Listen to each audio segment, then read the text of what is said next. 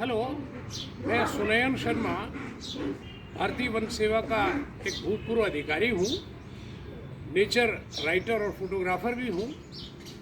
मैंने कुछ पुस्तकें भी लिखी है और काफ़ी समय से अपने रिटायरमेंट के बाद से सरिस्का टाइगर फाउंडेशन, जो वन्य जीव संरक्षण में एक अग्रणी संस्था है, उसके प्रेसिडेंट के नाते भी वन्य जीव संरक्षण के विशिष्ट कार्य के लिए अपना सक्रिय योगदान दे रहा हूँ। दोस्तों, मैंने पिछले वीडियो में आपके साथ में शेयर किया था जो वन विभाग का जो प्रबंधन है वनों का, उसका जो बेसिक जो एक स्ट्रक्चर है, डिज़ाइन है, उसके बारे में मैंने बात की थी आपसे।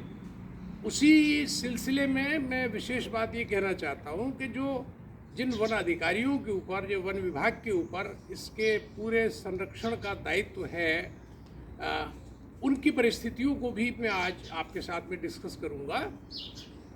ये शुरू से ही है, क्योंकि ये जंगल खुले हैं और बहुत विशाल हैं। ऐसे विशाल खुले हुए जंगलों का, जिसमें कि ख़ास तौर से वन्यजीव जैसी बेशकीमती लेकिन मोबाइल संपदा है हमारे पास में, उसका संरक्षण एक बड़ा चैलेंज रहा है फॉरेस्टर्स के लिए। लेकिन अब विगत पास्ट में ये और अधिक बढ़ा है।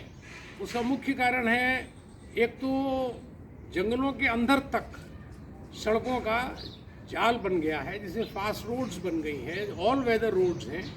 उससे जो शरारती तत्व हैं, जो गलत लोग हैं, इवन जो पोचर्स हैं, वुड कटर्स हैं, उनको भी अंदर तक एक्सेस मिल गया है। वो एक नुकसान का और चैलेंज का एक बड़ा कारण बन गया है। इसके अलावा जो मॉडर्न टाइम्स में जो लेटेस्ट फायर आर्म्स हैं, ट्रैप्स हैं, जाल हैं, ये जो सही नई चीज़ें जो आ गई हैं, इनसे भी एक विशेष रूप से वाइल्ड लाइफ पोचिंग के लिए बड़ी समस्या हो गई है।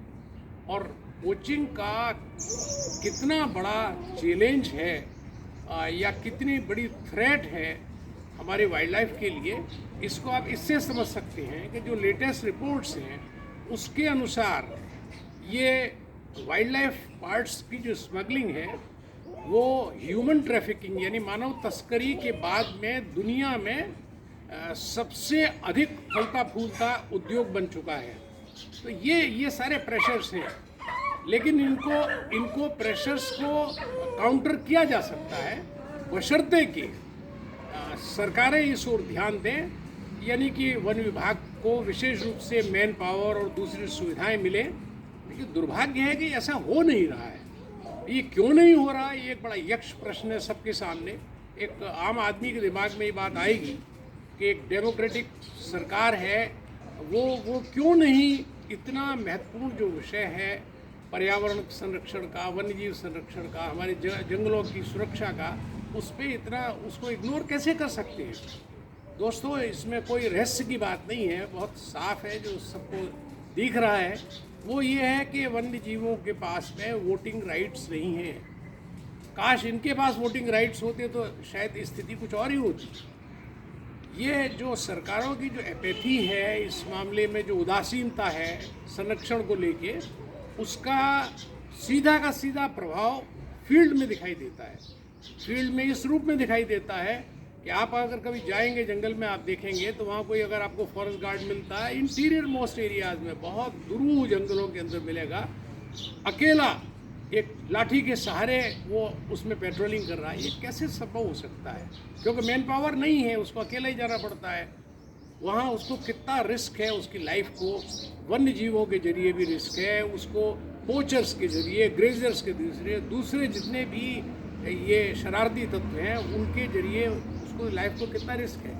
वो अकेला कैसे ये परफॉर्म कर पाएगा अपनी ड्यूटी को इफ़ेक्टिवली। लेकिन क्या किया जाए। इसी तरह से आप कभी जंगल में जाएंगे और आपको, अगर आपने वहाँ विज़िट किया है तो आपको देखने में आएगा कहीं दुरूह जंगल में एकांत में एक कोई फॉरेस्ट गार्ड की चौकी बनी हुई है, जहाँ एक या इक्का दुक्का लोग वहाँ पे रहते हैं। वो किन परिस्थितियों में रह रहे हैं, वहाँ पे उनके पीने के लिए सुरक्षित साफ स्वच्छ पानी तक नहीं है। क्या उनके राशन की व्यवस्था होती है। कभी कभी जब उनको मौका मिलता है तो अपने घरों से या दूर कस्बे में कहीं जाके वहाँ से अपने सिरों पे ढो के लाते हैं। बहुत विषमतम परिस्थिति है, न वहाँ बिजली है, न एजुकेशन की सुविधा है, तो बच्चों को भी नहीं रख सकता साथ में। नॉन फैमिली स्टेशंस हो गए, एक वो थैच रूफ रहती है, उसमें वो अपना 1 या 2 कमरे का उस आउटफिट में गुजारा करती है। ये परिस्थितियाँ बहुत ऐसी विषम परिस्थितियाँ हैं जिसमें कि बहुत लंबे अरसे तक ये नहीं चल सकता है सिस्टम। इमरजेंसी एक अलग चीज़ है। मैं तो सैल्यूट करता हूँ ऐसे वीर बहादुर लड़कों का, जो हमारा फ्रंट लाइन स्टाफ है, जो गार्ड से, विशेष रूप से गार्ड से फॉरेस्टर तक का, वो किस तरीके से इतना इन विषमतम परिस्थितियों में भी अपना बेस्ट दे रहे हैं, जिससे आज जंगल दिख रहे हैं, आप टाइगर लाइन सफारी कर रहे हैं, एंजॉय कर रहे हैं। लेकिन आपको पता नहीं है कि इसके पीछे की स्थिति क्या है और ये कितने दिन तक चलने वाली है। मैं तो अपने व्यूअर्स से को ये उनके साथ शेयर करना चाहूँगा कि ये हमारा सबका परम कर्तव्य है कि हम किसी भी तरीके से ये अपने अपने तरीके से सरकारों को इन्फ्लुएंस करें, इसके बारे में जानकारी दें और उनको प्रभावित करें, उनसे आग्रह करें कि भाई आप इस पर ध्यान दीजिए। मेरा एक ये भी आग्रह रहेगा कि आप जब कभी जंगलों में जाते हैं अपने ख़ास तौर से विजिट्स के लिए, उस समय आप भी ये एक दिल में एक बेहतर रिस्पेक्ट, आदर, सम्मान ऐसे फ्रंट लाइन वॉरियर्स के लिए रखें। एक नज़रिया आपका इस तरह का होगा तो निश्चित रूप से उनको प्रोत्साहन मिलेगा और इन विषमतम परिस्थितियों में भी वो अपना बेस्ट दे पाएंगे। अगला जो वीडियो है वो इसी नॉलेज शेयरिंग को, इसी जो वनों के बारे में एक ज्ञान को शेयर करने की बात है, उसकी कंटिन्यूटी में मैं अगला वीडियो में कुछ और दूसरे एस्पेक्ट्स हैं इस वन प्रबंधन से जुड़े हुए, उन पे मैं प्रकाश डालूँगा। धन्यवाद।